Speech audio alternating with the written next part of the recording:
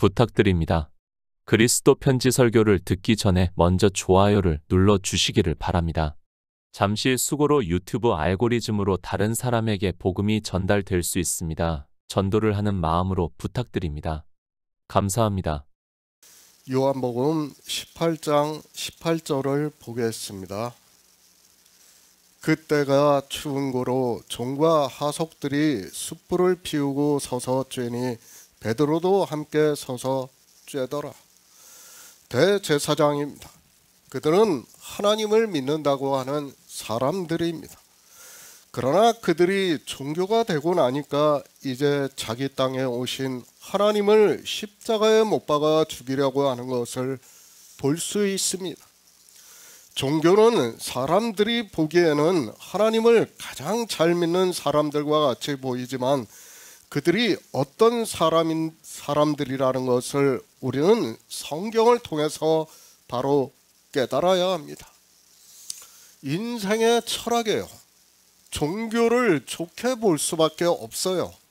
그들이 율법을 잘 지키려고 하고 그래도 세상에서 나름대로 선한 영향력을 끼치면서 살려고 하니까 사람들이 그 종교인들을 좋게 볼 수밖에 없어요.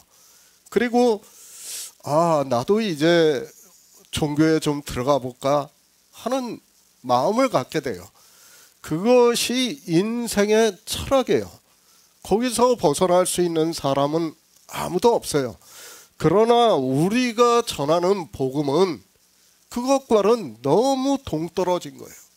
그렇기 때문에 복음을 전하는 것이 너무도 힘이 들지만 사람들이 또 복음을 들으면서도 쉽게 다가오지를 못하고 있습니다. 그것을 인정을 해야 돼요.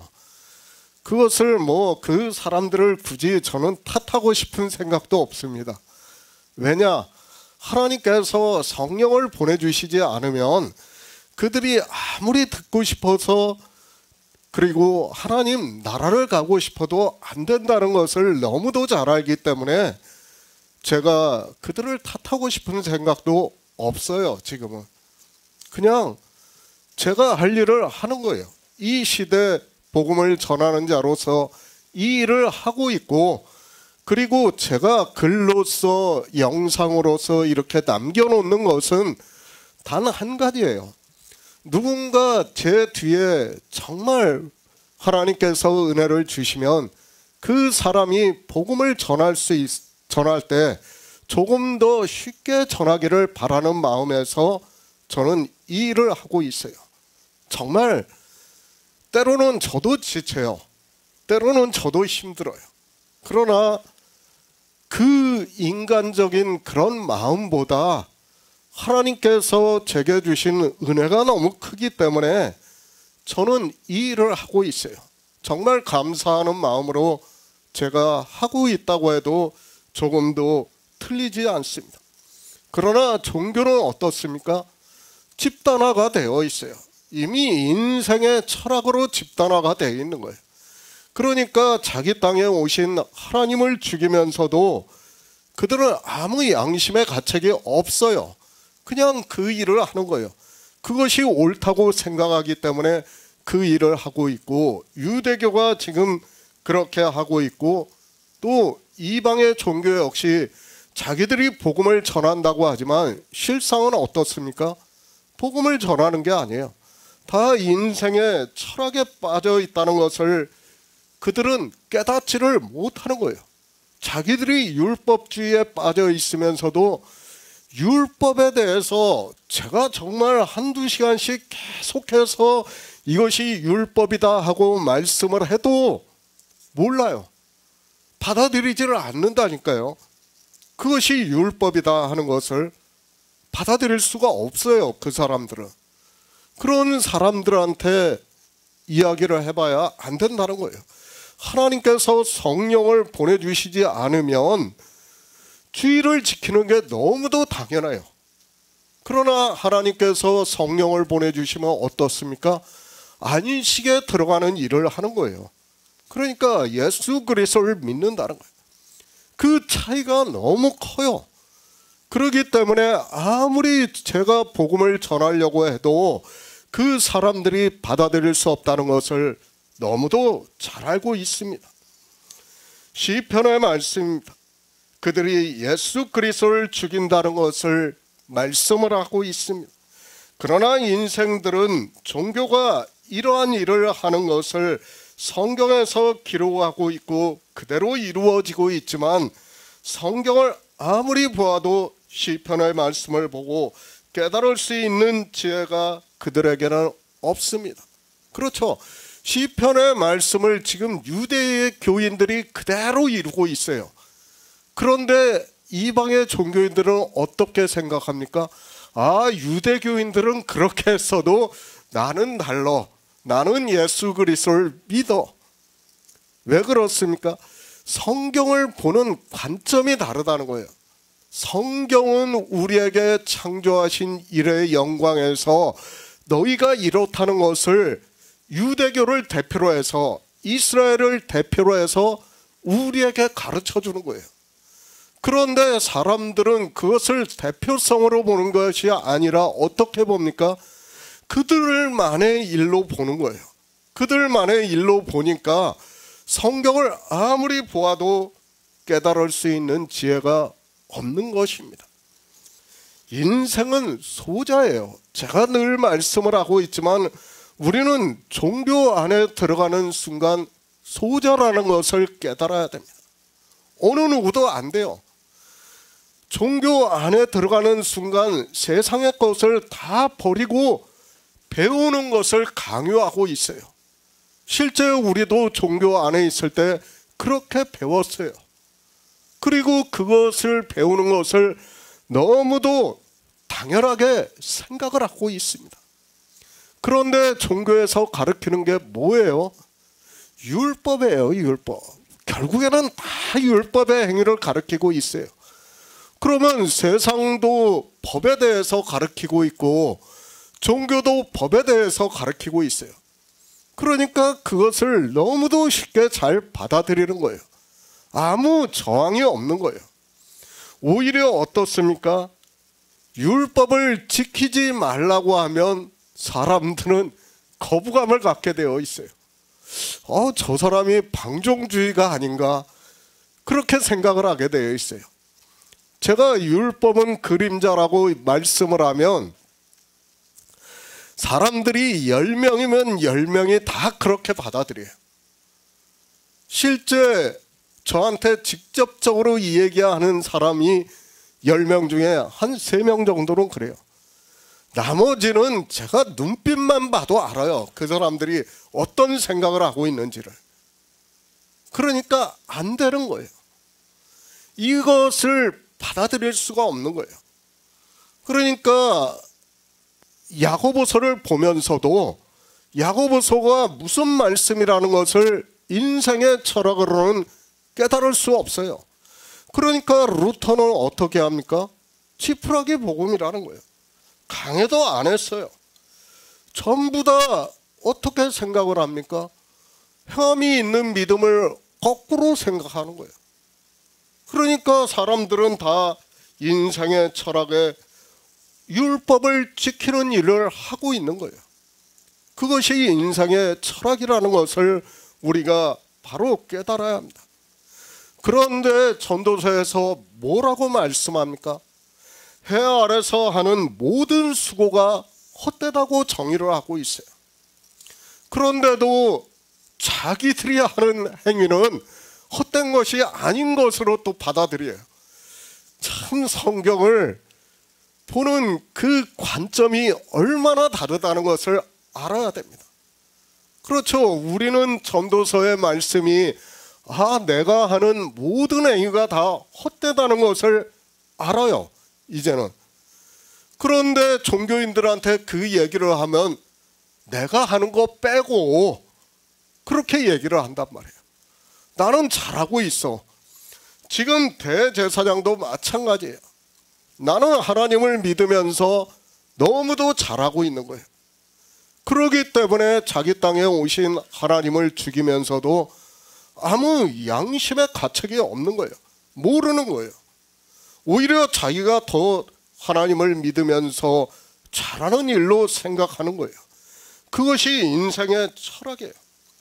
왜 그렇습니까? 자기들은 율법을 지키고 있어요. 그런데 주님께서는 어떻습니까?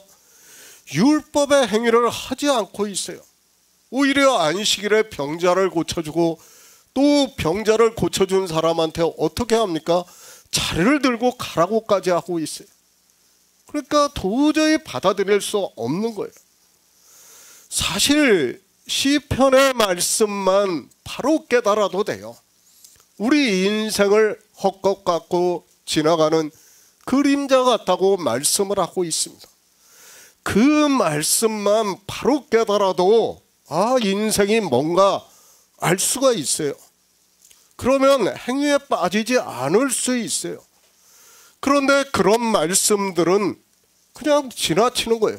너무도 중요한 말씀을 보면서도 그 말씀을 하나님께서 우리에게 왜 그 말씀을 하게 하셨는가를 깨닫지를 못하는 거예요. 그러니 어떻습니까? 해 아래서 수고를 하면서도 그것이 헛되다는 것을 몰라요. 사도 바울이 뭐라고 합니까? 내가 하는 모든 행위가 다 악하다고 말씀을 하고 있어요. 그러나 로마서를 보고 있지만 종교인들이 그 자기들의 하는 행위를 악하다고 생각합니까? 한 사람도 그렇게 생각을 하지 않아요. 다 자기들은 어떻습니까? 내가 하나님을 위해서 뭐라 하고 있습니다. 헌신하고 있습니다. 피조물하고 창조주의 관계를 몰라요. 성경은 우리에게 무엇을 말씀합니까? 내가 창조주라는 것을 말씀하고 있어요. 창조주를 믿으라는 거예요. 너희 인생의 철학으로 가지고 이야기하지 말고 창조주 하나님을 믿으라는 거예요. 그러니까 욥과 세 친구가 무엇을 가지고 토론을 했습니까? 인생의 철학을 가지고 토론을 한 거예요. 그러니까 하나님께서 나중에 나타나셔가지고 뭐에 대해서 말씀합니까? 창조에 대해서 말씀하는 거예요. 창조주를 알라는 말씀이에요. 너희는 피조물이라는 거예요. 그 관계를 알아야 되는데 인생들이 그 관계를 깨닫지를 못하는 거예요. 그러니까 창조주 외에는 우리를 구원하실 수 있는 분이 아무도 없어요. 우리 스스로는 안 돼요. 그것을 먼저 깨달아야 돼요. 그런데 인생들은 성경을 보고 어떻게 생각합니까? 다 자기들이 할 수 있는 것으로 착각을 하는 거예요. 그러니까 열심을 내는 거예요. 대제사장이 어떻게 합니까? 이 사람이 자기가 악인이라는 것을 알았으면 그렇게 했겠습니까? 그리고 예수 그리스도께서 자기 땅에 오신 하나님이심을 알았다면 그렇게 했겠습니까? 절대 못해요. 할 수 없는 일을 하고 있는 거예요. 이것이 인생의 철학이고 종교라는 것을 지금 가르쳐 주는 거예요. 요한복음을 통해서 종교가 어떠하다는 것을 우리에게 가르쳐 주는 거예요. 그들은 예수 그리스도를 죽인 자들이라는 것을 알아야 됩니다. 근데 얼마나 아이러니합니까? 이방의 종교가 퍼지고 나서 유럽이 이제 다 종교화 됐지 않습니까? 그리고 나서 자기들이 어떤 문제가 생기면 유대인들을 핍박을 했어요. 그때 뭐라고 하면서 핍박을 했습니까? 예수 그리스도를 죽였다고 하면서 핍박을 했어요. 자기들과는 상관이 없는 일로 생각을 했다는 거예요. 그러니까 요한복음을 보면서 어떻게 했습니까? 저들은 예수 그리스도를 죽인 자들이니까 저들을 정죄를 해도 아무 상관이 없다고 생각을 한 거예요. 그것이 종교인들이에요. 똑같은 생각을 하는 거예요. 그러니까 지금 대제사장과 이방의 종교인들이 역시 같은 생각을 한 거예요.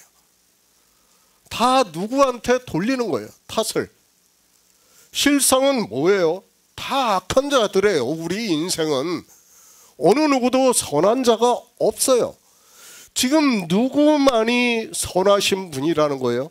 예수 그리스도만이 선하신 분이고 그분이 창조하신 일의 영광을 지금 이루시고 있음으로 해서 그 일로 인해서 우리가 믿음으로 역사를 하는 일이에요. 우리가 한 일이 아무도 없어요. 우리는 선한 자가 하나도 없다는 것이 성경의 정의예요. 그것이 피조물이라는 거예요. 그런데 사람들이 이 피조물이 무엇이라는 것을 깨닫지를 못하니까 어떻게 합니까? 자기들이 율법을 잘 지켜서 하나님 나라에 들어갈 수 있는 것으로 생각을 하는 거예요. 그것이 종교라는 것을 지금 가르쳐주고 있지만 사람들은 깨달을 수 있는 지혜가 없습니다. 역시 마찬가지입니다. 인생들은 성경의 문자만을 집착을 하고 있어요. 그 문자를 어느 정도 보는가를 우리가 바로 알아야 됩니다. 새 번역을 보겠습니다. 날이 추워서 종들과 경비병들이 숯불을 피워놓고 서서 불을 쬐고 있는데 베드로도 그들과 함께 서서 불을 쬐고 있었다. 종교입니다. 그 안에는 악인만이 있다는 것을 알아야 합니다. 하지만 인생들은 종교를 그렇게 보고 있지 않습니다. 인생의 철학으로는 종교가 하는 일이 옳게 보이고 있습니다. 성경은 이 악인들이 누군가를 말씀을 하고 있지만 성경 말씀이 비유로 기록이 되어 있다 보니까 그 안에 있는 사람들은 깨달을 수가 없습니다. 성경을 아무리 봐보시기 바랍니다. 지금 이 시대 종교 안에 있는 사람들도 보시기 바랍니다. 악인이 누군가를 몰라요. 성경은 누구에게 악인이라고 말씀하고 있습니까? 종교인들에게 악인이라고 말씀을 하고 있어요. 하나님을 가장 잘 믿는다고 하는 그 사람들에게 악인이라고 하고 있어요. 예수 그리스도를 잘 믿는다고 하는 사람들에게 악인이라고 말씀을 하고 있어요. 그러나 이런 말씀을 보면서도 누가 악인인지를 몰라요. 그리고 성경의 문자만을 보면서 어떻게 합니까? 자기 합리화를 시키는 거예요. 나는 다르다고 생각을 하는 거예요. 그것이 인생의 철학이에요. 정말 성경을 보면서 자기 모순에 빠지는 함정에 빠지면 그 사람은 영생을 얻을 수 없다는 것을 우리가 바로 알아야 됩니다. 문자에 집착하지 마시기 바랍니다. 문자에 빠지는 사람은 다 영생을 얻을 수 없다는 것을 우리가 분명히 알아야 됩니다. 그것을 지금 말씀하고 있습니다. 출애굽기 20장 17절을 보겠습니다. 구약성경 113쪽입니다. 출애굽기 20장 17절입니다. 내 이웃의 집을 탐내지 말지니라. 내 이웃의 아내나 그의 남종이나 그의 여종이나 그의 소나 그의 나귀나 물은 내 이웃의 소유를 탐내지 말지니라. 종, 노예, 지금은 인권이 보장이 되어 있는 민주주의 국가에서 우리가 살아가고 있습니다.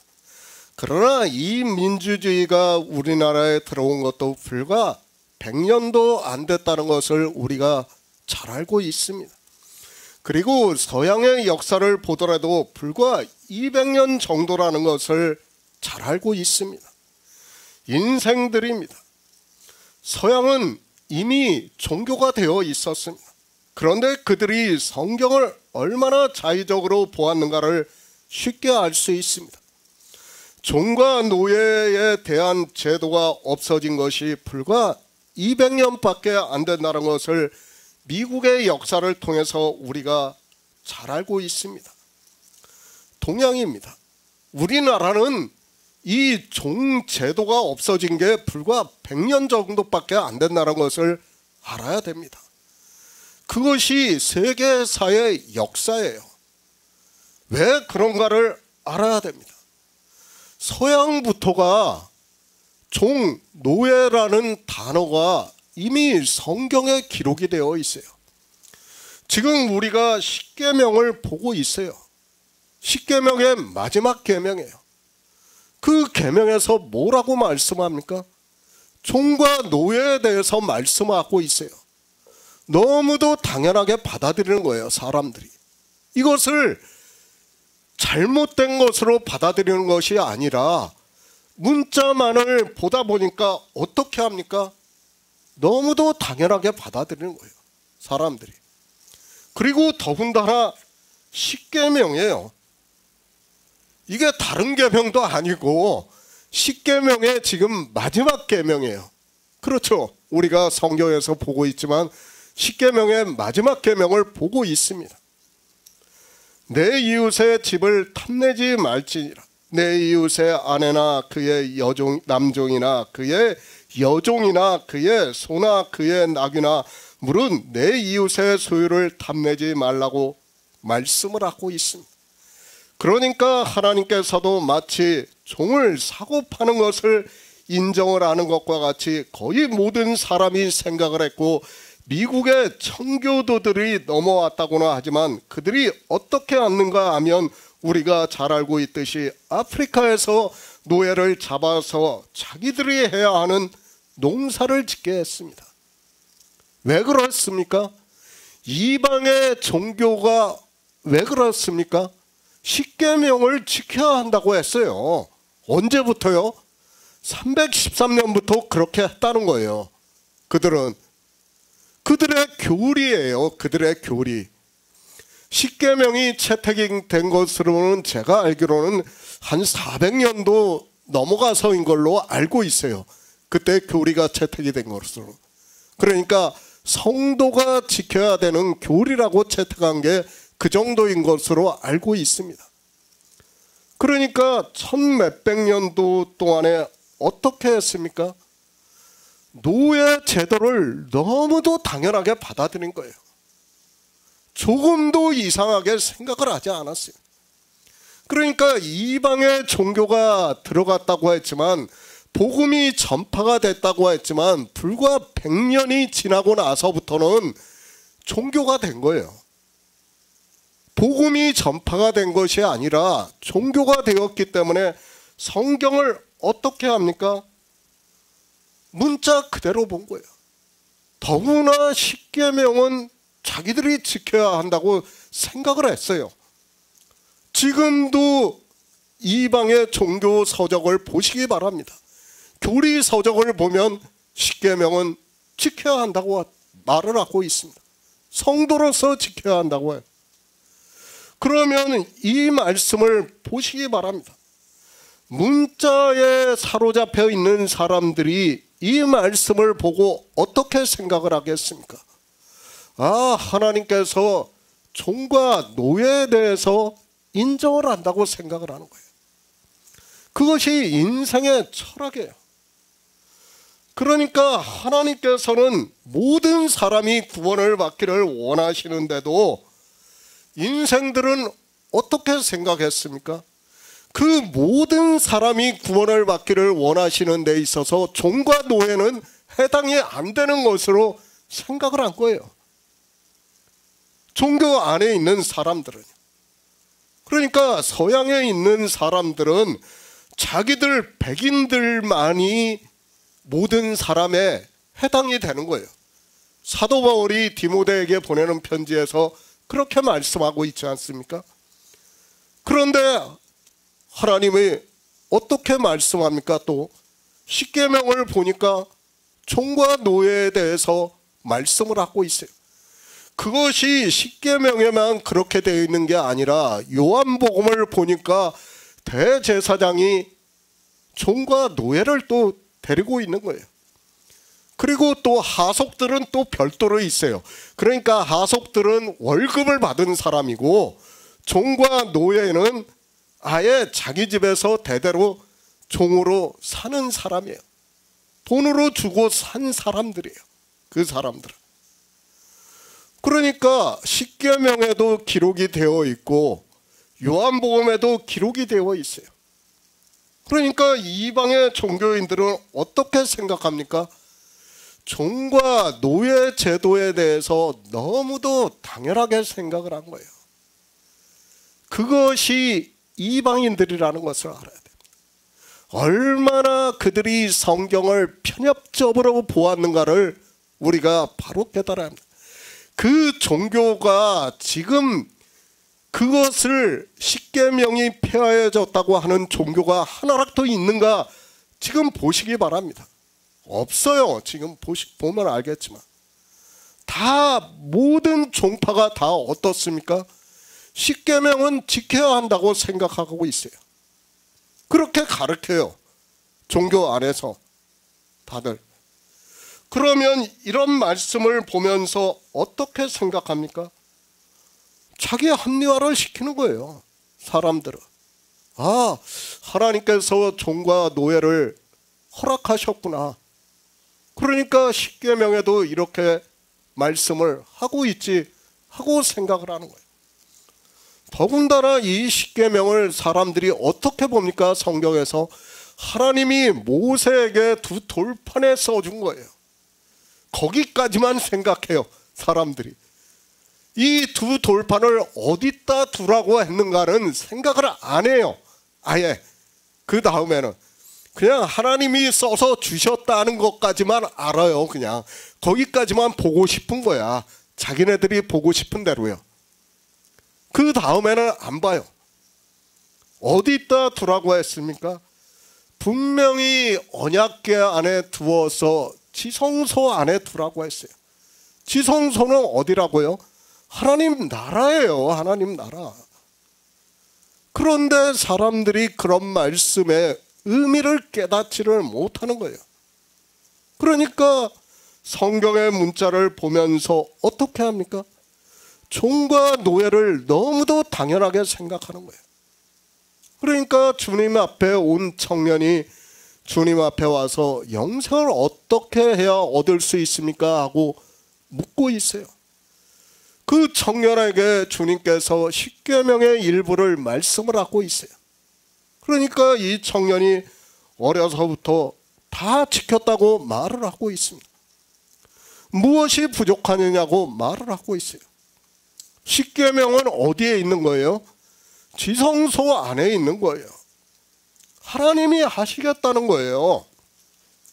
모든 율법은 다 하나님이 하시겠다는 건데도 이 청년은 자기가 다 지켰다고 하면서 아직도 무엇이 부족하느냐고 묻고 있어요. 그것이 인생의 철학이라는 것을 알아야 됩니다. 그러니까 이방의 종교도 똑같이 생각을 한 거예요. 종 노예 제도를 어떻게 생각을 하는가 하면 십계명의 마지막 계명에서 문자로 이렇게 기록이 되어 있으니까 당연한 것으로 받아들여요.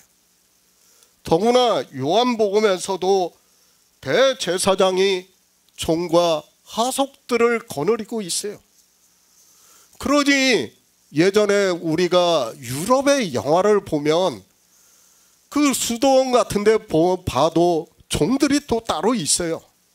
그들이 일을 했어요. 여러 가지 일을 했어요. 실제적으로 그렇게 했어요. 그런 것들을 보면서도 아무 저항감이 없는 거예요. 왜? 성경을 문자적으로만 보고 있는 거예요. 그러니까 성경의 그들의 주장이 얼마나 비현실적인가를 알아야 됩니다. 지금 십계명의 마지막 계명은 이 시대와 전혀 상관이 없어요. 그렇죠? 그들이 제사법과 시민법이 폐하해졌다고 하는 것이 왜 폐하해졌다고 합니까? 지금과는 아무 상관이 없기 때문이에요. 그렇기 때문에 폐하해졌다고 하는 거예요. 십계명의 다른 계명은 그럴 수 있다고 생각해요. 그러나 마지막 계명은 어떻습니까? 지금 이 시대하고는 사실 아무 상관이 없는 계명이에요. 종과 노예가 있습니까? 더구나 소와 나귀를 가지고 있는 사람이 있습니까? 거의 없어요. 지금 이 시대에 그것을 탐낼 필요도 없어요. 이 시대는 뭘 가지고 있습니까? 돈을 가지고 있어요. 귀금속을 가지고 있어요. 그것을 탐을 내도 소와 나귀는 제 주변에 가지고 있는 사람 한 사람도 없어요. 제가 봐도. 그런데도 이 계명이 살아있다고 주장을 하는 거예요. 지켜야 한다고 주장을 하고 있어요. 얼마나 자기들의 종교의 편의에 따라서 성경을 보고 있는가를 바로 알아야 됩니다. 십계명입니다. 우리가 지켜야 하는 계명입니까? 언약의 계명이라고 말씀을 하고 있습니다. 율법에 대해서 모르는 이방의 종교인들은 그들의 교리의 기본이 바로 이 십계명이 살아있다는 것을 주장을 했고, 그런 그들에게 노예 제도는 너무도 당연하게 받아들일 수밖에 없었습니다. 주님이 오셨습니다. 그리고 십자가를 지시고 장사 지낸 뒤 3일 만에 영으로 부활하셨습니다. 후에 제자들에게 성령을 보내주시고 그들이 복음을 전했고, 또 성경을 기록하게 하심으로 해서 이방의 복음을 전했습니다. 사도 요한이 이 요한복음을 기록할 때 우리 인생들이 이렇게 한다는 것을 많이 알고 기록을 하게 했어요. 그러니까 하나님께서는 너무도 잘한다는 거예요. 어떻게 한다는 것을요? 종을 사고 판다는 것을 너무도 잘한다는 거예요. 이 사상이 없어졌다고 생각을 하지 마시기 바랍니다. 지금도 그대로 남아있어요. 사람들이 가스라이팅을 당하고 있어서 표면적으로 이야기를 안 하니까 마치 이것이 사라진 것으로 생각을 하고 있는데 절대 그렇지 않다는 것을 바로 알아야 됩니다. 저는 이것이 사라지지 않았다고 생각을 하고 있어요. 더구나 이방의 복음을 전하는 자들 안에는 더욱더 그렇게 자리하고 있다는 것을 알아야 합니다. 그들이 복음을 알았습니까? 예수 그리스도를 믿는 사람이라고 할 수 있습니까?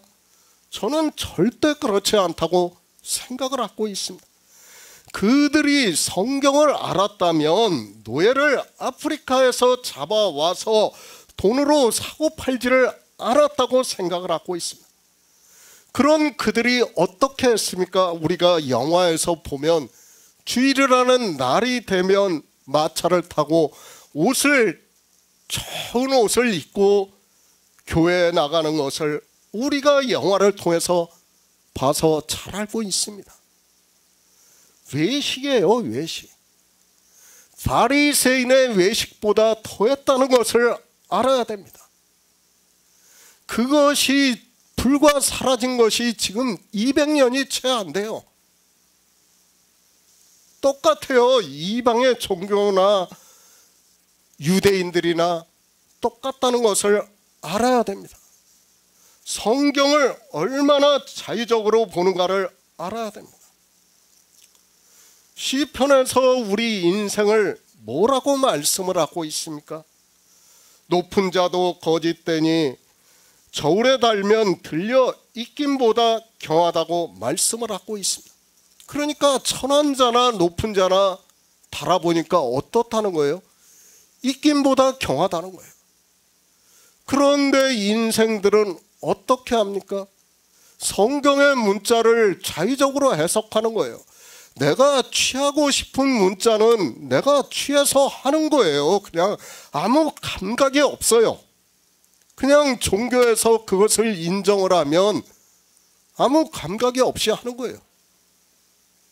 종교인들이 이렇게 해도 된다 이야기만 하면 사람들은 아무 생각이 없습니다. 우리가 미국이라는 역사를 잘 알고 있습니다.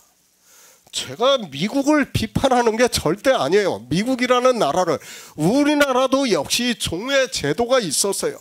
우리나라 역시 조선 시대에 7, 80%가 뭐예요? 종이었어요. 다. 양반은 한 5%도 안 되고 그 다음에 평민이라고 할 수 있는 사람이 한 10에서 15% 정도 되고 나머지 7, 80%는 다 종이었다는 것을 알아야 됩니다. 제가 미국을 비판하고자 하는 게 아니에요. 우리나라는 복음이 없던 나라예요. 그러니까 그럴 수 있다고 저는 인정을 해요. 그러나 미국은 누가 세운 나라예요? 청교도들이 세운 나라예요. 청교도들. 자기들이 누구한테 핍박을 받아가지고요? 종교인들한테 핍박을 받아가지고 넘어온 자들이라는 거예요. 그들이 어떻게 했습니까? 노예를 사고 팔면서도 아무 가책이 없었어요. 조금도 가책이 없었어요. 왜 그렇습니까? 성경의 문자로 기록이 되어 있으니까 가책을 받을 이유가 없는 거예요. 더군다나 종교인들이 노예 사도 아무 상관이 없어 하고 인정을 해주니까 그들이 교회에 나가면서도 어떻게 합니까? 아무 상관이 없는 거예요. 영적인 감각이 떨어진 거예요. 다 망한 거예요. 망한 거예요. 그런 상태에 있으면서도 인생들이 깨달을 수 있는 지혜가 없는 거예요. 제가 미국을 비판하는 게 아니에요. 종교를 비판하는 거예요. 지금 미국이라는 나라는 청교도의 기반 아래 세워진 나라입니다. 그 나라는 제가 종교를 비판하고자 하는 거지, 종교가 자기들이 성경을 얼마나 자의적으로 보면서 성경을 얼마나 왜곡을 했는가를 말씀을 하고 있는 것이지 그들을 비판하고자 하는 것이 절대로 아니라는 것을 알았으면 좋겠습니다. 지금 요한복음 18장에서도 역시 마찬가지 아닙니까? 대제사장이 종을 거느리고 있습니다. 만약에 자기들이 하나님의 복음을 깨달았다면 종을 샀겠습니까? 저는 그렇지 않다고 생각합니다. 사도 바울이 종을 거느렸습니까? 왜 사도 바울이 복음을 전하는데 힘들지 않았습니까? 그러면 돈 있는 사람들이 있었어요. 그때도. 그러면 자기 종들, 우리가 누굽니까? 오네시모입니까? 그게 종이죠. 그 사람이. 종이지만 어떻게 했습니까? 형제와 같이 생각을 했지 않습니까? 힘들면 종을 붙일 수도 있어요. 그러나 성경의 사도들한테는 종이라는 단어가 전혀 없어요. 사도들은 복음을 알았다는 거예요. 진리를 알았다는 거예요. 그렇기 때문에 사랑과 사랑과의 관계에서 하나님은 모든 사람이 구원을 받기를 원하시기 때문에 종한테도 복음을 전한 거예요. 실제 우리가 로마서 16장에서 거론되는 인물들을 보면 종들이 많아요. 거기에 보면. 그들한테도 복음을 똑같이 전했던 거예요. 그런데 이방인들이 불과 300년이 되니까 어떻게 됐습니까? 총을 거느린 거예요. 아무 거리낌이 없이. 주님께서 말씀합니다. 마태복음에서. 너희는 랍비라 칭함을 받지 말라. 너희 선생은 하나이요 너희는 다 형제니라. 땅에 있는 자를 아비라 하지 말라. 너희 아버지는 하나시니라. 곧 하늘에 계신 자신이라. 또한 지도자라 칭함을 받지 마라. 너희 지도자는 하나이니 곧 그리스도지. 너희 중에 큰 자는 너희를 섬기는 자가 되어야 하리라고 말씀을 하고 있습니다. 지금 십계명과 주님의 말씀이 서로 충돌을 하고 있습니다. 그러면 어느 말씀이 기초가 되어야 됩니까? 주님의 말씀이 기초가 되어야 됩니다.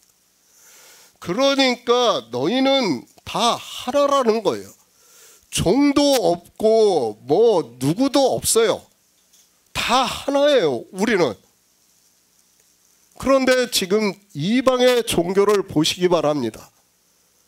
하나라는 것을 인정할 수 있습니까? 아니에요. 저는 인정 못해요. 절대로. 하나라고 인정을 할 수 없습니다. 제가 어느 종파라고 말씀을 드리기는 그렇지만 사실 그 종파에 세운 사람이 있어요. 설립자가 있어요. 그리고 그 교회가 세를 넓히다 보니까 많은 부속 교회들이 있어요.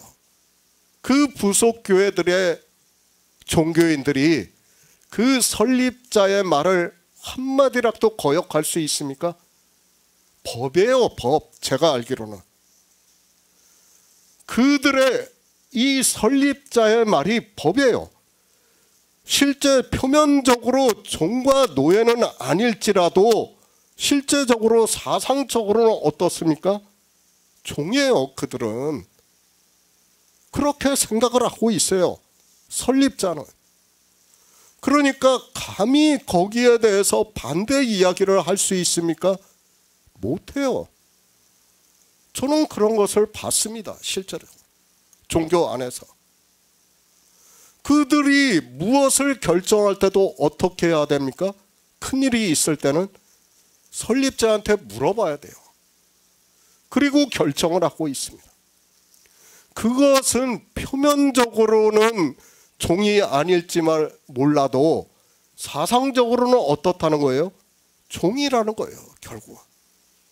이 제도가 지금 문자적으로 그대로 되어 있다 보니까 사람들이 이 사상이 그대로 내려오고 있다는 것을 알아야 됩니다. 대형 교회예요. 대제사장과 같은 종교인들이 있어요. 그 밑에 수많은 종교인들이 있어요. 그 사람들과 그 사람들의 관계는 어떤 관계예요? 주종 관계예요. 동등한 형제 관계가 아니라 주종 관계라는 것을 우리가 잘 알고 있습니다. 그것이 인생의 철학이고 이제까지 내려왔다는 것을 제가 종교에 대해서 비판을 하기 위해서 종교의 사상이 아직까지 이렇게 내려오고 있다는 것을 말씀하는 것이지 어느 한 나라를 비판하고자 하는 말씀을 한 것은 절대로 아니라는 것을 알았으면 좋겠습니다. 요한복음 18장 19절을 보겠습니다. 대제사장이 예수에게 그의 제자들과 그의 교훈에 대하여 물으니, 새 번역을 보겠습니다. 대제사장은 예수께 그의 제자들과 그의 가르침에 관하여 물었다. 대제사장입니다. 그는 하나님을 믿는 사람들 중에서는 어른이라고 성경에서 문자적으로 말씀을 하고 있습니다. 이 어른이라는 단어를 보면서 역시 마찬가지예요. 이방의 종교도 우리가 잘 알고 있듯이 다 서열이 있어요.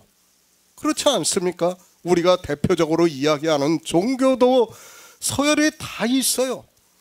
그 서열을 무시했다가는 어떻게 됩니까? 안 돼요. 그 사람은 거기서 쫓겨나게 되어 있어요. 있을 수가 없다는 것을 알아야 됩니다. 어른이라고 하지만 어른인 사람이 지금 어떻게 하고 있습니까? 하나님의 교훈에 대해서 몰라요. 교훈이 무엇인지를 모르니까 묻고 있어요. 왜 교훈을 모릅니까?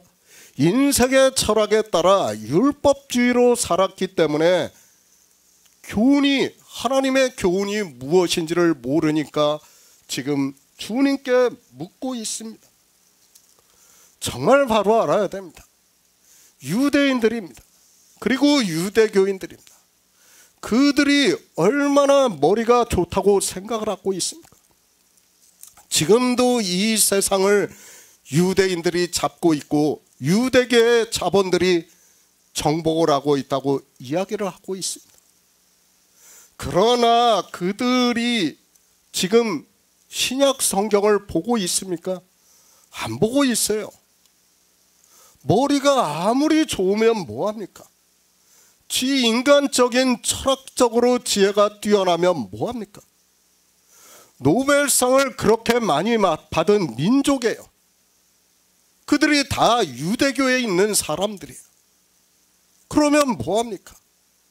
예수 그리스도를 받아들이지를 못하고 있어요. 지금 대제사장과 똑같아요. 교훈이 무엇이냐고 묻고 있어요.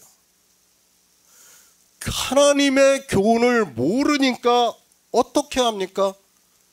지금 유대교인들은 신약 성경을 안 보고 예수 그리스도를 믿지 않고 있어요. 하나님의 교훈이 뭡니까? 아들을 보고 믿는 자를 구원해 주시겠다는 것이 하나님의 교훈이에요. 예수 그리스도를 보고 믿으라고 말씀을 하고 있어요. 성경 전체에서. 그러나 사람들은 어떻습니까? 그 머리가 좋다고 하는 유대교인들조차 하나님의 교훈에 대해서 모르고 있습니다. 정말 바로 알아야 됩니다. 대제사장입니다. 그가 주님께 묻고 있습니다. 주님께서 이 세상에 오셔서 천국 복음을 전파하셨습니다. 처음에는 자기들도 하나님께로서 오신 선생인 줄 알고 사람들을 보내서 알아보았는데 율법을 지키지 않으니까 주님을 핍박하기 시작을 한 거예요. 그렇죠. 가장 문제가 무엇이었습니까? 율법이었어요. 율법을 지키지 않으니까 자기들의 교훈과 다른 거예요. 자기들의 교훈은 하나님을 잘 믿으려면 뭐 해야 돼요? 첫 번째가 율법을 잘 지키는 거예요. 그런데 주님께서는 율법을 안 지키시니까 그 다음부터는 어떻게 했습니까? 핍박을 하는 거예요. 대적을 하는 거예요. 그것을 사도 바울이 말씀을 하고 있습니다. 로마서 2장 17에서 19절을 보겠습니다. 신약 성경 241쪽입니다. 로마서 2장 17에서 19절입니다. 유대인이라 칭하는 내가 율법에 의지하며 하나님을 자랑하며 율법의 교훈을 받아 하나님의 뜻을 알고 지극히 선한 것을 좋게 여기며 내가 율법에 있는 지식과 진리의 규모를 가진 자로서 소경의 길을 인도하는 자요 어둠에 있는 자요 자의 빛이요. 대제사장입니다. 그들은 하나님을 섬기는 자가 아니라 종교라는 것을 알고 성경을 보아야 합니다. 지금 사도 요한을 통해서 종교에 대해서 가르쳐 주는 거예요. 종교가 이렇게 한다는 거예요. 그 대표가 무엇이에요? 유대교라는 거예요. 유대교가 이렇게 한다는 것을 우리 이방인들에게 가르쳐 주는 거예요. 너희도 종교가 되면 이렇다는 것을 가르쳐 주는 거예요. 그러나 사람들은 성경을 보면서 어떻게 생각합니까? 나는 종교가 아니라고 생각을 하고 있어요.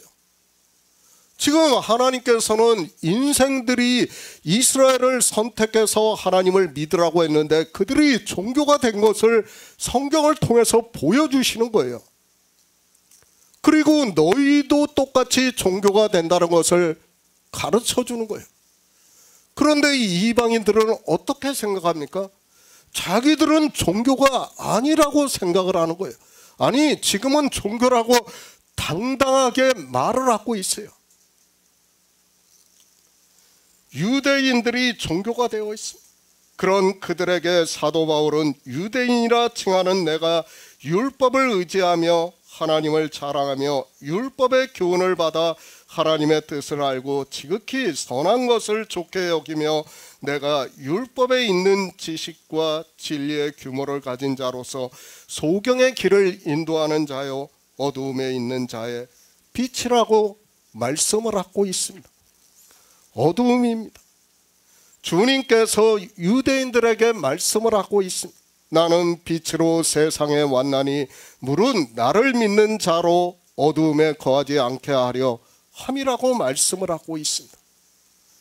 성경을 모릅니까? 이방인들이 요한복음을 안 봅니까? 어두움에 대해서 주님께서 분명히 말씀을 하고 있지만 어두움이 무엇이라는 것을 몰라요. 성경을 아무리 보면 뭐합니까?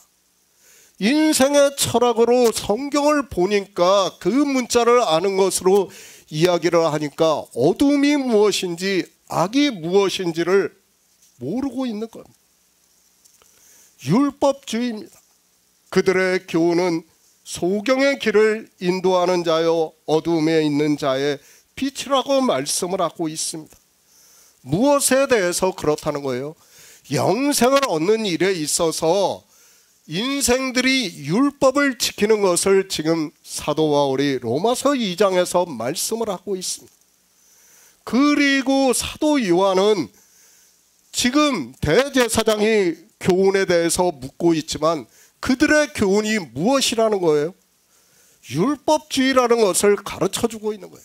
종교가 되면 다 율법주의가 된다는 것을 가르쳐주고 있지만 사람들은 깨달을 수 있는 지혜가 없습니다. 하나님의 교훈을 모르면 어떻게 한다고요? 사람이 율법을 지키게 되어 있어요. 그렇죠. 성경을 보고 하나님의 교훈을 모르는 사람들이 할 수 있는 일은 율법을 지키는 일밖에 없다는 것을 알아야 됩니다. 그것을 사도 바울이 이미 사도들이 복음을 전하고 있는 그때에 어떻다는 거예요? 이미 이방의 교회에 율법주의가 들어왔다는 것을 말씀을 하고 있지만 사람들은 깨달을 수 있는 지혜가 없어요. 왜 그렇습니까? 인생의 본성이 율법주의이기 때문이에요.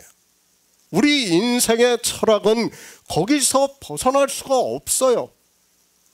그러니까 이 우주의 질서는 뭐예요? 다 법에 의해서 살아가는 거예요.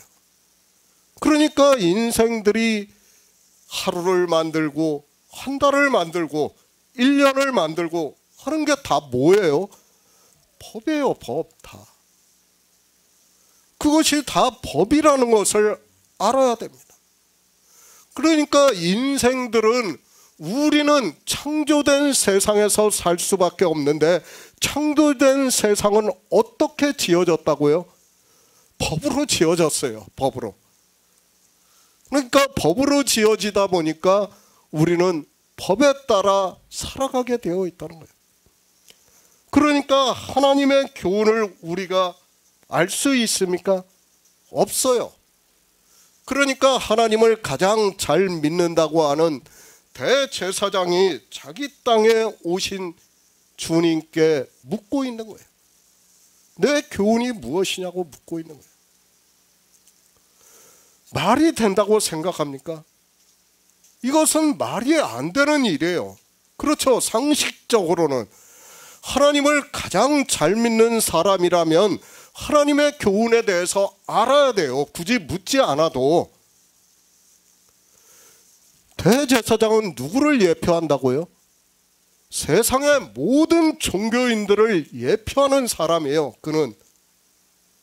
그들이 어떻게 살아간다고요? 예수 그리스도의 교훈을 모르고 살아간다는 거예요. 그 교훈이 무엇인가를 모르고 살아가고 있다는 것을 대표성으로 가르쳐주고 있는 말씀이라는 것을 알아야 됩니다. 그가 하나님을 믿는다고 평생을 살아왔어요. 얼마나 성경을 잘 봤습니까? 그들은 성경에 대해서 정말 토시 하나 틀리지 않았고 그들이 연구를 했던 사람들이라는 것을 알아야 됩니다. 성경이 기록이 되기 시작한 게 바벨론 포로에서 돌아오고 나서예요. 그러고 나서 성경이 기록이 되었고 그 다음에 유대인들이 성경을 보기 시작한 때예요. 그것을 알아야 돼요. 우리가. 그러나 사람들은 어떻습니까? 종교가 되니까 그 성경을 어떻게 보고 있습니까? 다 문자적으로 보는 거예요. 그러니까 하나님의 교훈을 알 수가 없어요. 어두움에 다니면서도 깨닫지를 못하고 있습니다. 주님께서 안식일에 병자를 고쳐주십니다. 그리고 제자들이 어떻게 합니까?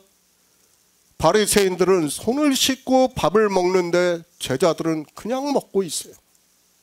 그러니까 바리새인들이 볼 때는 어떻습니까? 도대체 이해가 안 되는 사람들이에요.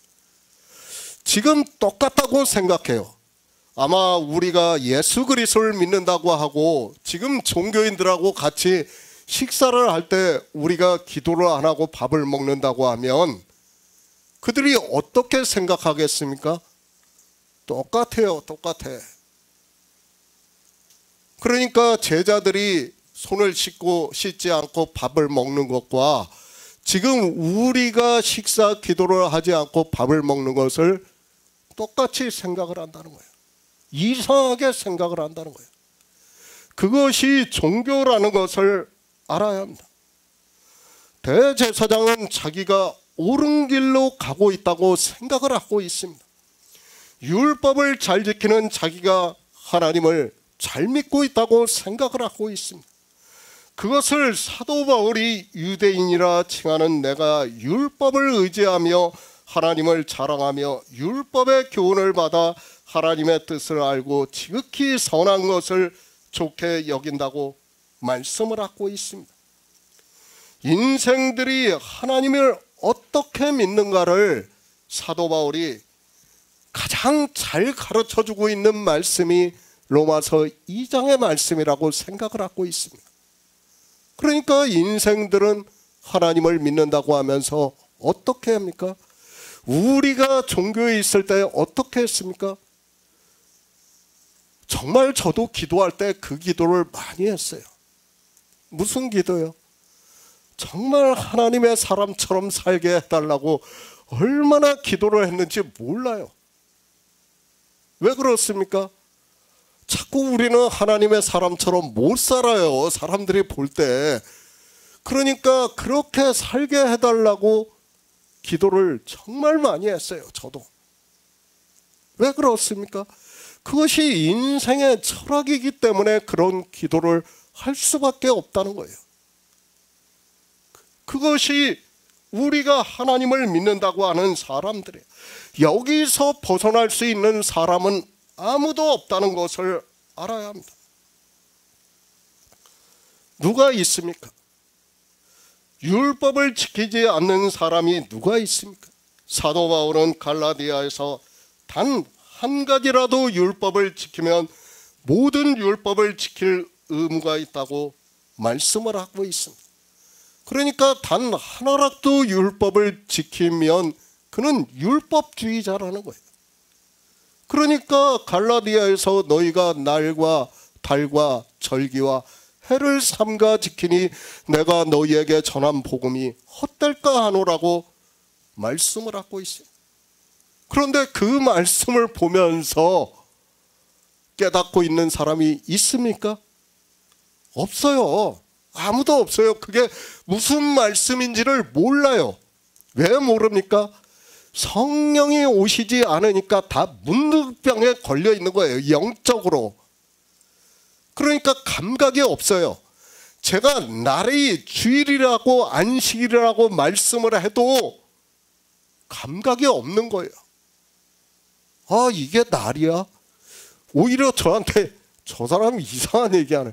어떻게 주일을 지키는 걸 날이라고 해? 그렇게 이야기하게 되어 있다. 여기서 벗어날 수가 없어요. 인생이 다 영적으로 이렇게 문둥병에 걸려가지고 감각이 없으면서도 깨달을 수 있는 지혜가 없습니다. 이방의 종교가 다릅니까? 종교 자체는 다 같다는 것을 알아야 합니다. 이방의 종교도 사람의 계명으로, 그러니까 성경에서 율법을 보고 있지만 그것을 사람이 지키면서 교훈으로 삼고 있다는 말씀입니다.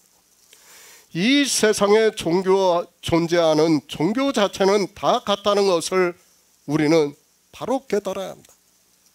그런데 어떻습니까? 인생들은 종교가 되어서 율법을 지키는 차이를 보고 서로 정통이니 이단이니 하고 있어요.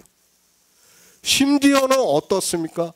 주일을 지키고 안식일을 지키는 것 가지고 이단이라고 하고 있어요. 저도 정말 그것이 이단인지 알았어요. 예전에는 내가 주의를 지키는데 안식일을 지킨다고 하는 사람들이 정말 이단이라고 하니까 그렇게 생각을 했어요. 그리고 저는 침례교를 다녔어요. 그러니까 어떻습니까? 침례교는 침례를 봐요. 거기는. 그러니까 성경도 세례라는 단어가 나오면 다 어떻게 읽습니까? 침례라고 읽어요. 그 사람들은. 그러면서 내가 정통이야. 참 나는 그래도 바른 데를 다녀. 이게 얼마나 웃기는 이야기입니까?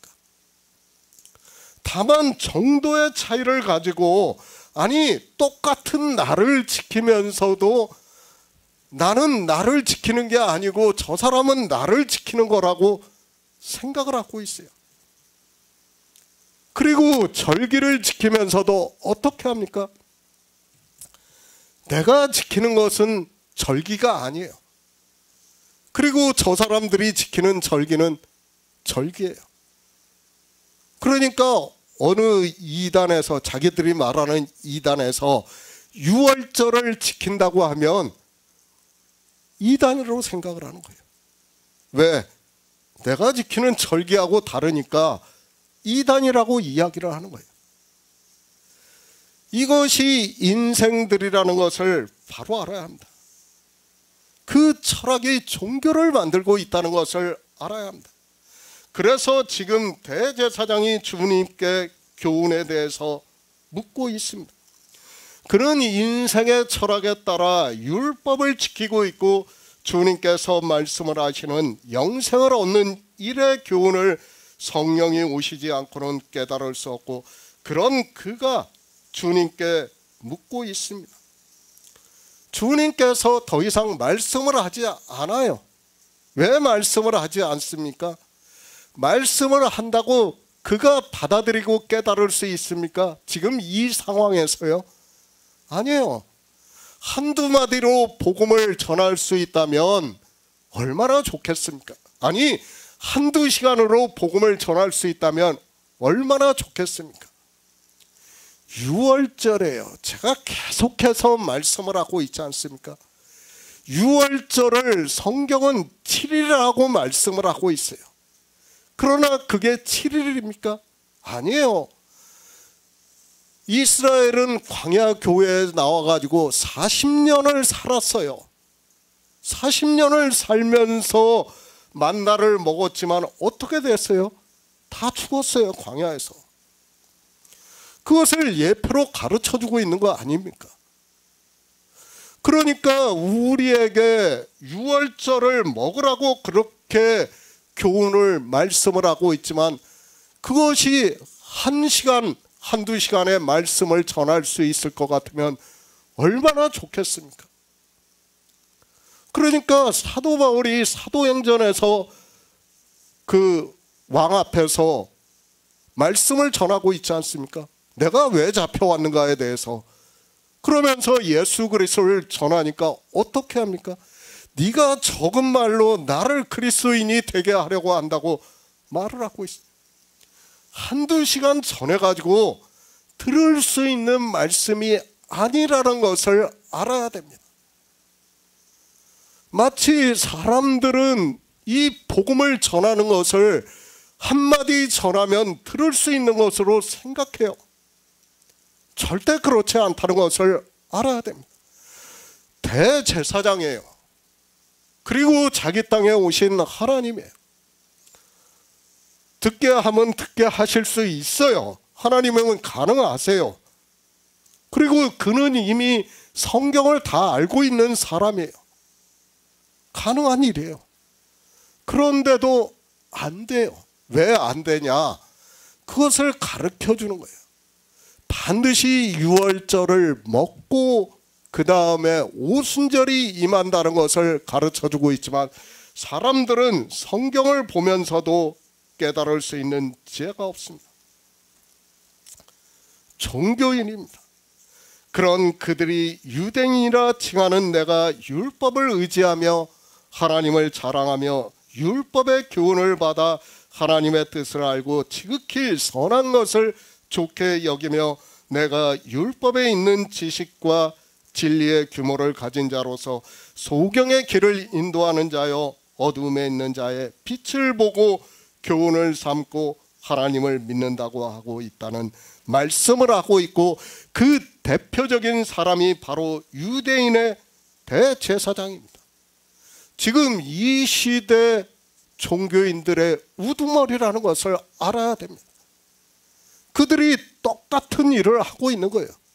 지금 율법을 지키면서도 이 시대는, 그래도 유대인들은 율법을 지키면서 그것이 율법이라는 것을 알았어요.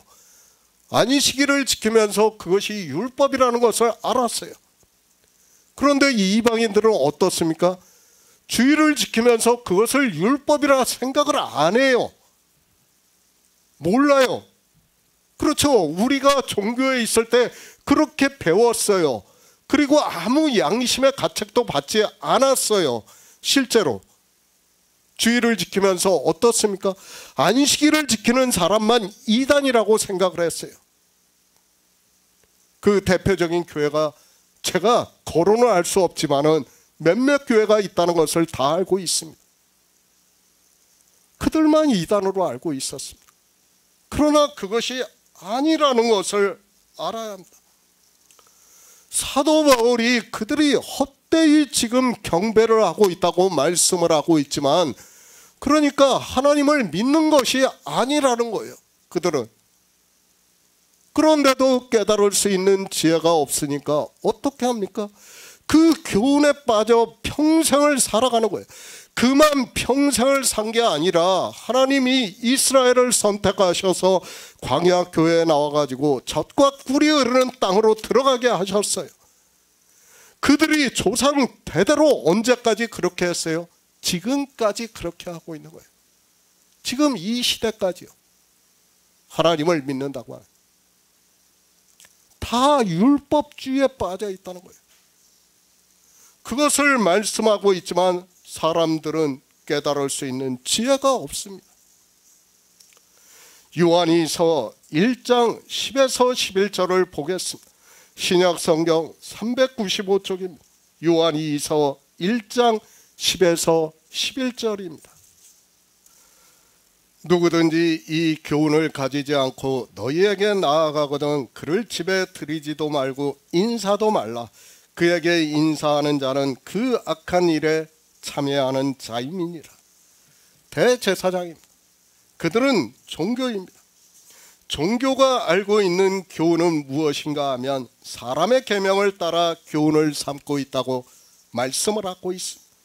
그러니까 그들은 율법을 지키는 것을 교훈으로 삼고 있고, 그것을 사도 바울은 소경의 길을 인도하는 자라고, 또 어둠에 있는 자의 빛이라고 말씀을 하고 있어요. 그래도 유대교인들은 자기들이 율법을 지키는 것을 인정을 하면서 살았습니다. 지금도 마찬가지예요. 그들은 율법을 지켜야 한다고 생각을 하고 있어요. 비록 제사는 드리지 않지만은 율법의, 성경의 율법을 보고 그들은 가능한 다 지키려고 노력을 하고 있어요. 현대적으로 다 해석을 해가지고 가능한, 어떻게 지키려고 합니까? 가난한 자를 도우려고 하고 있고, 그러니까 제가 늘 말씀을 하고 있지만 금요일 날 장사가 끝나면 어떻게 합니까? 과일 같은 것을 상점 앞에 내놔요. 그냥. 왜요? 가난한 자가 가져가라고요. 그들은 그것이 율법을 지키는 것으로 생각을 하는 거예요. 자기들이 영적으로 가난한 인생이라는 것을 모르니까 어떻게 합니까? 율법의 교훈을 삼아 그렇게 살아가고 있는 거예요. 사람들이. 현대적으로 해석을 하는 거예요. 그런데 이방인들은 율법을 보면서도 어떻게 생각합니까? 율법이라는 것조차 모르고 있어요. 너무도 안타깝다는 거예요.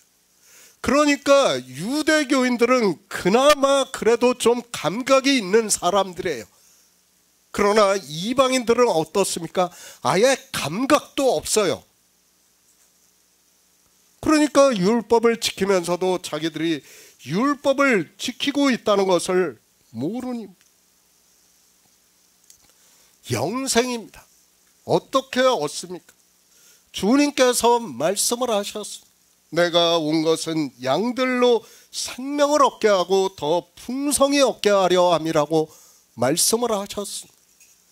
그러니까 우리가 거듭남으로 해서 예수 안에 있는 생명을 얻은 자 되어서 그 생명으로 주님께서 다시 오시는 날에 부활의 영광에 참여를 해서 영생을 한다는 것을 말씀을 하고 있습니다. 예수 그리스도입니다. 왜 이 세상에 오셨습니까? 하나님께서 아들을 이 세상에 보내신 것은 아들을 보고 믿음으로 해서 영생을 얻게 하려 하심이라고 말씀을. 아들을 보고 무엇을 믿어야 합니까? 지금도 아버지와 함께 영화롭게 하시는 일을 성경에서 보고 믿어야 돼요.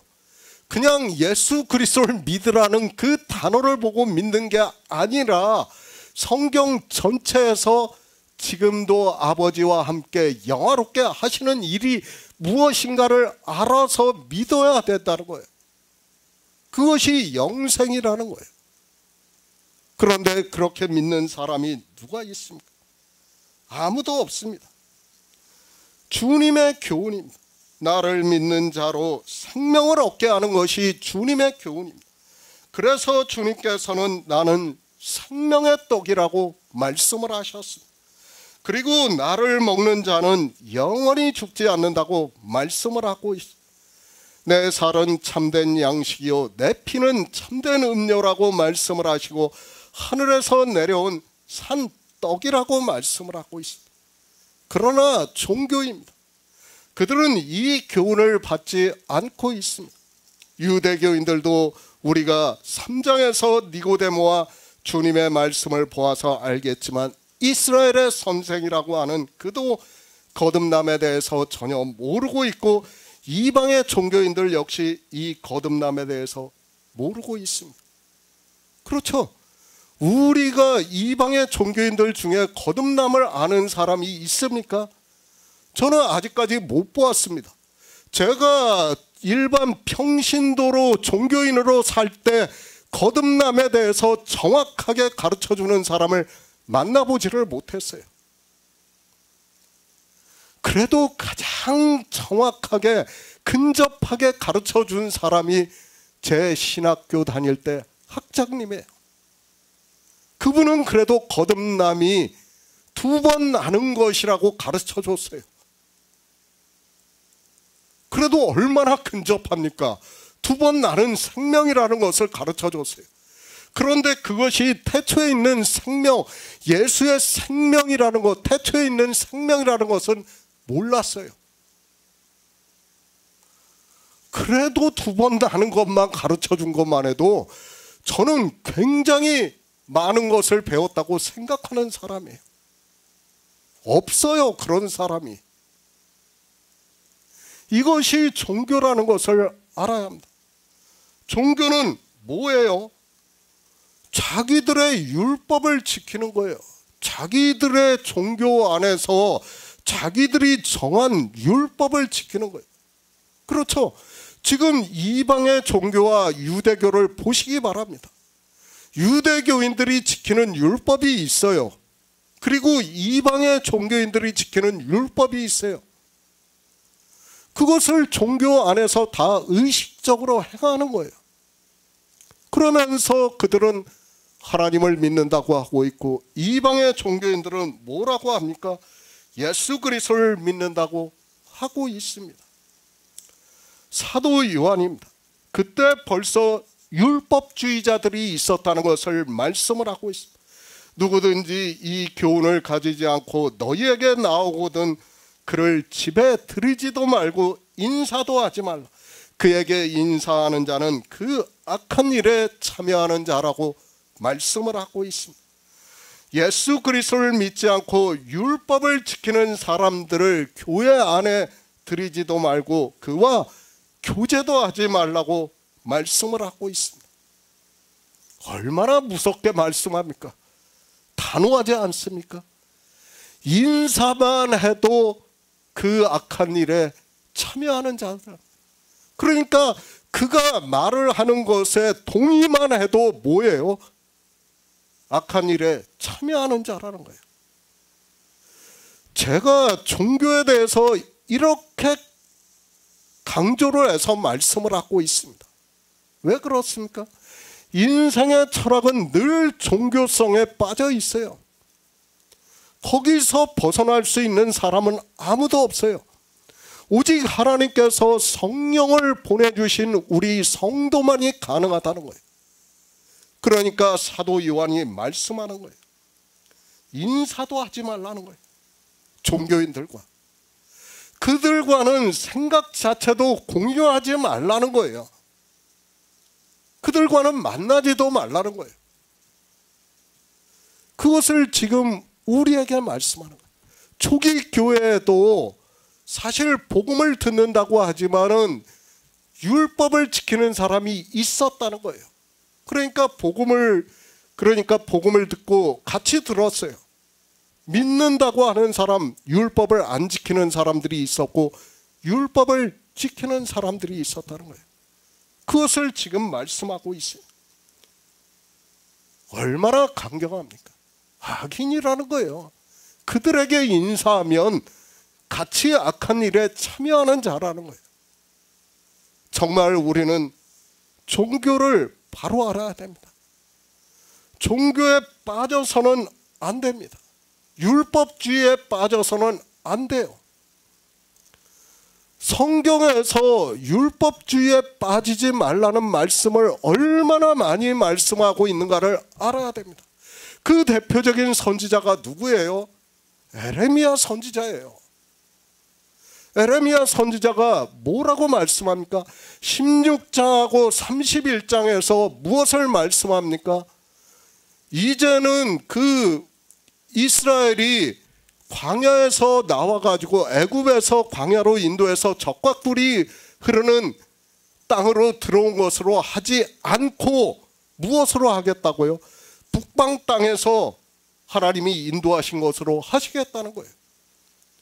북방 땅이 뭡니까? 종교를 대표하는 바벨론이에요. 거기서 인도하시겠다는 거예요. 그것으로 하겠다는 거예요. 너희의 구원을 그것으로 하겠다는 거예요. 뭐에서 벗어나라는 거예요? 율법주의에서 벗어나야 하나님의, 그러니까 이스라엘이 될 수 있다는 거예요. 영적 이스라엘이 될 수 있다는 거예요. 그것을 에레미야 선지자를 통해서 가르쳐 주는 거예요.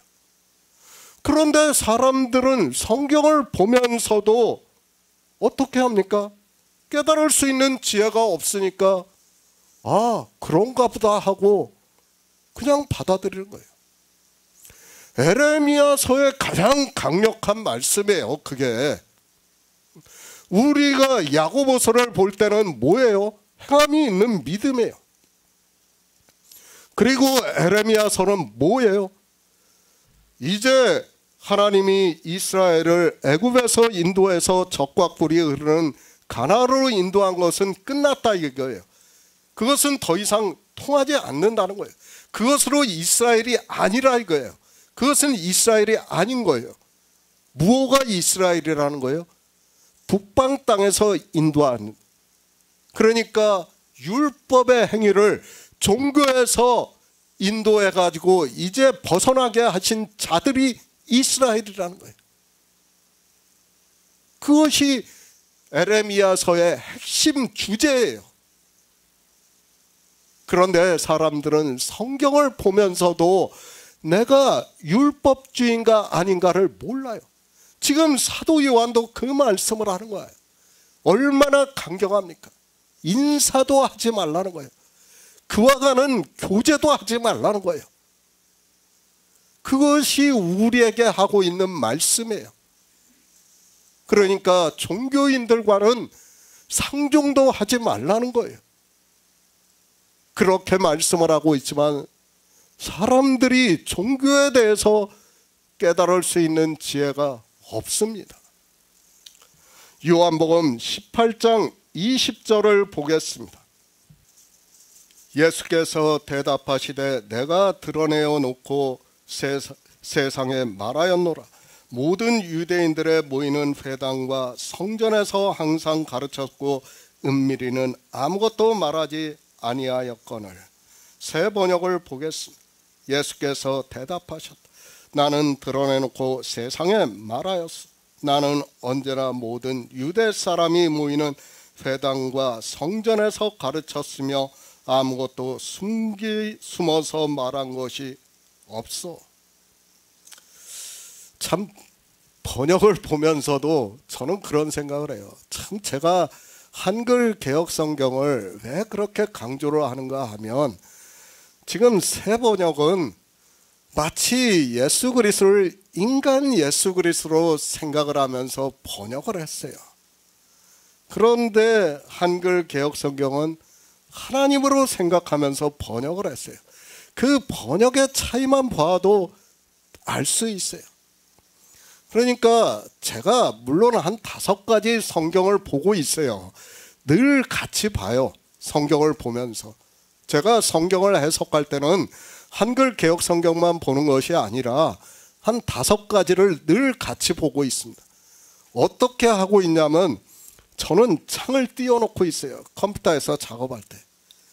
창을 다 띄워놓고 그냥 창만 띄워놓고 있으면 클릭해서 보면 되니까 쉽게 봐요. 늘 그렇게 성경을 보고 있어요. 물론 성경책도 다 가지고 있어요. 새 번역도 가지고 있고 공동 번역도 있고 킹제임스도 있고 쉬운 한글 성경도 있고 다 있어요. 집에.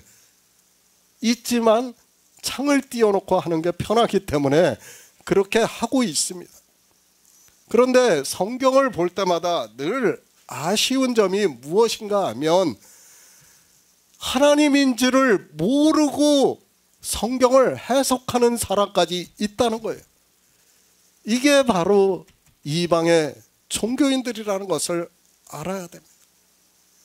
정말 성경을 볼 때마다 안타까운 마음을 가지고 있습니다. 나는 생명의 떡이라. 주님께서 이렇게 세상에 드러내어 놓고 말씀을 하셨습니다. 보리떡 5개로 5,000명을 먹이시고 난 후에 생명의 떡에 대해서 말씀을 하셨습니다. 그러나 그 떡을 먹고 있는 사람들이 그저 자기들의 배가 부르기 위해서 떡을 먹었지 생명의 떡에 대해서는 전혀 모르고 있었고 그 말씀으로 인하여 사람들이 다 예수를 떠났다고 말씀을 하고 있습니다. 그렇죠. 이 오병이어의 기적을 말하면서도 그 구약의 11조와 연결을 해서 말씀을 전하는 사람은 없다고 생각을 하고 있어요. 그렇죠. 그러니까 오병이어는 뭐예요? 11조를 먹이시는 거예요. 우리한테 하나님이. 그것을 비유로 해서 말씀을 하고 있는 거예요. 그런데 사람들은 그런 말씀을 보면서도 몰라요. 11조를 누구한테 먹이라고요? 고아와 과부와 나그네에게 먹이라고 해요. 또 누구에게? 레위인한테 먹이라는 거예요. 지금 주님께서 그것을 보여주시는 거예요. 세상에 오셔서. 그런데 이런 말씀을 보면서도 사람들은 깨달을 수 있는 지혜가 없으니까 어떻게 합니까? 오병이어의 기적만 보고 있어요. 그리고 종교인들은 지금도 오병이어의 기적이 있을 거라고 하면서 주여 주여 하면서 기도를 하고 있어요. 지금도 그 기적이 있기를 바라면서요. 얼마나 무지한 겁니까? 그런데도 모르고 있습니다. 주님께서는 우리에게 무엇을 말씀을 하고 있습니까? 지금 요한복음을 계속해서 말씀을 하고 있지만 생명, 영생에 대해서 말씀을 하고 있습니다. 거듭나는 이를 말씀을 하고 있습니다. 그래서 육으로 난 것은 육이요 성령으로 난 것은 영이라고 말씀을 하고 있습니다. 이 생명을 얻은 자만이 하나님 나라에 들어갈 수 있다는 것을 말씀을 하고 있지만 종교인들은 그저 세상에서 하나님을 믿는다고 하면서 율법의 행위를 하는데 노력을 하고 있습니다. 정말 이 생명을 얻는 일, 믿음으로 역사를 하는 일을 깨닫지를 못하면 아무것도 아니에요. 우리는 그저 헛것처럼 그저 휙 하고 지나가고 사라진다는 것을 알아야 됩니다. 그런데 하나님께서 이 시대에 우리에게 아름다운 소식의 복음을 듣게 하시고 있다는 것을 깨달아야 합니다. 이사야 40장 9절을 보겠습니다. 구약성경 1014쪽입니다.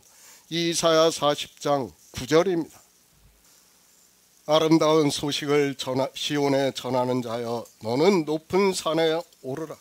아름다운 소식을 예루살렘에 전하는 자여, 너는 힘써 소리를 높이라. 두려워 말고 소리를 높여 유다의 성읍들에 이르기를 너의 하나님을 보라 하라. 천국 복음입니다. 모든 성경은 예수 그리스도에 대해서 말씀을 하고 있습니다. 그리고 성경에 기록이 되어 있는 그대로 주님께서는 이 세상에 오셔서 우리에게 아름다운 소식을 전하시고 있습니다. 하나님 나라의 복음을 전하시고 있습니다. 인생입니다. 우리는 죽어야 합니다. 아니, 우리 피조물은 하나님께서 말씀하신 그대로 우리는 흙이기 때문에 흙으로 돌아가야 합니다. 티끌과 같은 존재이기 때문에 티끌로 돌아가야 됩니다. 제가 정말 안타까운 것이 이방의 종교인들은 인생 자체를 모르고 있어요. 정말 인생이 무엇이라는 것을 알아야 이 복음이 은혜가 될 수 있어요. 그런데 인생이 무엇인가를 몰라요. 우리가 종교에 있을 때 인생에 대해서 이렇게 강조를 하면서 들었습니까? 아니에요. 인생에 대해서 그들은 굉장히 가치를 높이는 이야기만 했어요. 그러나 성경은 어떻게 말씀합니까? 아무것도 아니라는 거예요. 우리는 헛것이라는 거예요. 실제 창조하신 일에 대해서 보면 우리는 아무것도 아니에요. 우리가 요한계시록 21장, 22장을 보고 있지만 그렇게 하나님 나라가 이루어지고 나면 우리는 다 사라진다는 거예요. 이 창조된 세상의 피조물들은 다 사라지고 마는 거예요. 진짜 먼지만도 못하다는 것을 알아야 됩니다. 그런 인생이라는 것을 알아야 영생이 무엇인가를 깨닫고 하나님의 은혜를 깨닫고 우리가 복음을 듣는 것이 얼마나 기쁜 소식인가를 알 수 있는데 사람들은 깨달을 수 있는 지혜가 없어요. 그러니까 어떻게 합니까? 인생의 철학으로 생각하는 거예요. 하나님 나라를 어떻게 생각합니까? 죽으면 내 신체가 영으로 변해서 하나님 나라에 들어가 가지고 지금도 염라대왕 앞에서 심판을 받는 것과 같이 하나님 앞에서 심판을 받아 가지고 그래도 나는 세상에서 예수 그리스도를 믿었으니까 하나님은 사랑이시라고 하니까 하나님 나라에 들어간다고 생각하는 것이 종교인들이에요. 인생들이에요. 거기서 어느 누구도 벗어나지를 못하고 있어요. 지금 종교 안에 있는 사람들. 그런데 주님께서는 무엇을 말씀하셨습니까? 영생에 대해서 말씀하셨어요. 그 영생이 그냥 영생입니까? 그냥 영원한 생명입니까? 아니에요. 태초에 있는 생명을 말씀하라는 거예요. 지금 17장에서 무엇을 말씀합니까? 창세 전에 주님과 아버지와 가졌던 영화를 말씀하는 거예요. 그 영화가 태초에 있는 생명이라는 거예요. 그 생명으로 지금 주님께서 부활하신다는 거예요. 이제 육체를 버리시고 그렇게 부활하시는 이를 말씀을 하고 있습니다. 그런데 인생들이 예수 그리스도를 믿는다고 하면서 누가 그 일에 대해서 알고 있습니까? 누가 전하고 있습니까? 아무도 없어요. 얼마나 안타까운 일입니까? 정말 우리는 이 시대에 우리가 듣고 있는 이 복음이 얼마나 아름다운 소식인가를, 복된 소식인가를 알아야 됩니다. 주님께서는 이사야 선지자의 말씀 그대로 이 세상에 오셔서 복음을 전하셨습니다. 이사야 선지자입니다. 푸른 마르고 꽃은 시듬은 여호와의 기운이 그 위에 불미라. 이 백성은 실로 풀이로다. 푸른 마르고 꽃은 시드나 우리 하나님의 말씀은 영원히 서리라 하라. 아름다운 소식을 시온에 전하는 자여 너는 높은 산에 오르라. 아름다운 소식을 예루살렘에 전하는 자여 너는 힘써 소리를 높이라. 두려워 말고 소리를 높여 유다의 성읍들에게 이르기를 너의 하나님을 보라 하라고 말씀을 하고 있습니다. 우리 인생을 뭐라고요? 들의 풀의 꽃과 같다고 말씀을 하고 있습니다. 그리고 뭐만이 있다고요? 하나님의 말씀만 선다는 거예요. 그것을 사도 베드로는 어떻게 말씀할까요? 하나님의 말씀이 세세토록 있다는 것을 말씀을 하고 있어요. 그러니까 이 창조된 세상에서 무엇만 있는 거예요? 하나님의 말씀만 있는 거예요. 그리고 우리는 뭐예요? 들의 풀의 꽃과 같이 그렇게 보이다가 사라지는 거예요. 우리 인생이라는 거예요. 그리고 다 없어지는데 하나님께서 이 시대에 우리에게 은혜를 주신 자들이 성령을 보내주시면 진리로 인도하심을 받아 태초에 있는 생명을 믿는다는 거예요. 그 믿음이 역사를 해가지고 실상이 되는 일을 지금 우리에게 말씀을 하는 거예요. 주님은 이 세상에 오셔서 이것을 전하셨어요. 그런데 유대인들이 누가 받아들였습니까? 지금 이 말씀을 주님께서 대제사장한테 이 말씀을 하신다고 해서 대제사장이 알아듣겠습니까? 아니에요. 알아들을 수 없어요. 그는 너는 들의 풀의 꽃과 같이 곧 사라진다고 해보시기 바랍니다. 그것을 인생이 받아들일 수 있습니까? 받아들이지 못한다니까요. 지금도 주님께서 아름다운 소식을 전하셨지만 그것을 받아들이는 사람이 아무도 없어요. 이사야 선지자의 말씀을 인용을 해서 우리 인생이 뭐라는 것을 먼저 가르쳐줘야 돼요. 우리는 들의 풀의 꽃과 같이 사라진다는 것을 가르쳐줘야 돼요. 그리고 무엇을 한다고요? 생명을 얻는 일이라는 거예요. 영생을 얻는 일. 그것을 예루살렘의 유다의 전하리라고 말씀을 하고 있습니다. 이 시대 우리 교회 안에서 전해진다는 말씀이에요. 다른 거 없어요. 그런데 인생들은 어떻게 합니까? 다 종교에 빠져요. 종교에 빠져서 무엇을 합니까? 율법주의가 되는 거예요. 율법주의에서 하나님께서는 돌이키시겠다는 거예요. 그들을 율법주의에서 빼내서 예루살렘으로 인도하시겠다는 거예요. 어디 예루살렘이요? 위에 있는 예루살렘으로 인도를 하시겠다는 거예요. 그런데 사람들은 깨닫지를 못해요. 성경을 보면. 이게 영의 말씀인지 육의 말씀인지 도무지 분간이 안 되는 거예요. 그러니 성경을 보면서도 이때는 이렇게 해석하고 저때는 저렇게 해석하고 그거나 또 일관성 있게 해석하면 다행인데 또 뒤죽박죽으로 하니까 어떻습니까? 성경 말씀을 봐도 무슨 말씀인지를 몰라요.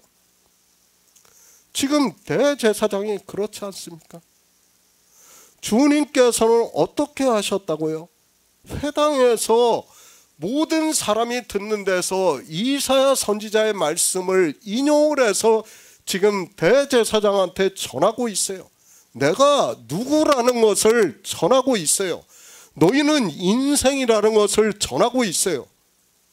그런데 대제사장은 어떻습니까? 지금 주님의 말씀을 들으면서도 이것이 무슨 말씀인지를 모르는 거예요. 성경을 다 안다고 하는 그가 하나님의 말씀을 전혀 모르고 있는 거예요. 인용 자체가 안 되는 거예요. 그것이 지금 대제사장만 그렇습니까? 아니에요. 이 시대 종교인들 역시 똑같다는 것을 알아야 됩니다. 그들이 다 인용을 못해요. 성경을. 어떻게 인용을 해야 되는지를 몰라요. 아니 이방의 종교는 인용하는 것조차 금지를 시키고 있어요. 그들의 교리서에, 교회사에서 그것을 가장 먼저 배워요. 우리가 신학교에 가면요, 당시에 알레고리한 사람들이 그렇게 성경을 해석했다고 하면서 그렇게 배우고 있습니다. 알레고리를 바로 알아야 됩니다. 정말 세상적으로 알레고리하게 푸는 사람들이 있어요. 제가 그것을 부정하는 게 아니에요. 그러나 성경을 성경에서 인용하는 것을 알레고리하다고 하는 것은 정말 무지한 사람들이라는 것을 바로 알아야 됩니다. 지금 주님께서 이렇게 이사야 선지자의 말씀을 인용을 해서 내가 누구라는 것을, 그리고 너희가 누구라는 것을 대제사장에게 말씀을 하고 있지만 그들은 깨달을 수 있는 지혜가 없습니다. 인생입니다. 계속해서 말씀을 하고 있습니다. 아무것도 아닙니다. 그러나 인생이 아무것도 아니라는 것을 받아들일 수 있는 사람이 지극히 적습니다. 성경에서 우리 인생을 잠시 보이다가 사라지는 안개라고 말씀을 하고 있어서 그것을 문자적으로는 알고 있어도 그것을 받아들이려고 영의 생명을 사모하는 성도는 지극히 적습니다. 그렇죠. 우리가 잠시 보이다가 사라지는 안개라는 것을 가르쳐 준 사람이 없었어요. 제가 종교 안에 있을 때는요, 그렇게 얘기하는 사람이 없었어요. 왜 그렇습니까? 다 율법주의에 빠져 있기 때문에 그렇다는 거예요. 그러나 주님께서는 무엇을 말씀하고 있습니까? 지금 대제사장한테 이사야 선지자가 너 알지 않느냐, 지금 그 말씀을 하는 거예요. 내가 다 회당에서 가르쳤는데 이사야 선지자가 예언한 그대로 내가 와서 지금 복음을 전하고 있다는 것을 말씀을 하고 있지만 대제사장은 아무것도 몰라요. 그것이 인생이에요. 예수 그리스도의 은혜입니다. 이 복음을 들을 수 있는 것은 예수 그리스도의 은혜라고 믿고 있습니다. 저도 잘 모르겠습니다. 그러나 감사하게도 이 시대 우리 성도들에게 이 복음을 듣고 믿을 수 있게 성령을 보내주셨습니다. 저는 아무리 생각해도 기적과 같은 일이고 꿈꾸는 것과 같이 진리로 인도하심을 받고 있습니다. 성경입니다. 우리는 아버지께서 내게 하라고 주신 일을 내가 이루어 아버지를 이 세상에서 영화롭게 하였사오니 아버지여 창세 전에 내가 아버지와 함께 가졌던 영화로서 지금도 아버지와 함께 나를 영화롭게 하신 일을 성경에서 보고 하나님께서 성령을 보내주심으로 해서 믿음으로 역사를 하고 있는 성도들이심을 받아들이시기를 부탁드립니다.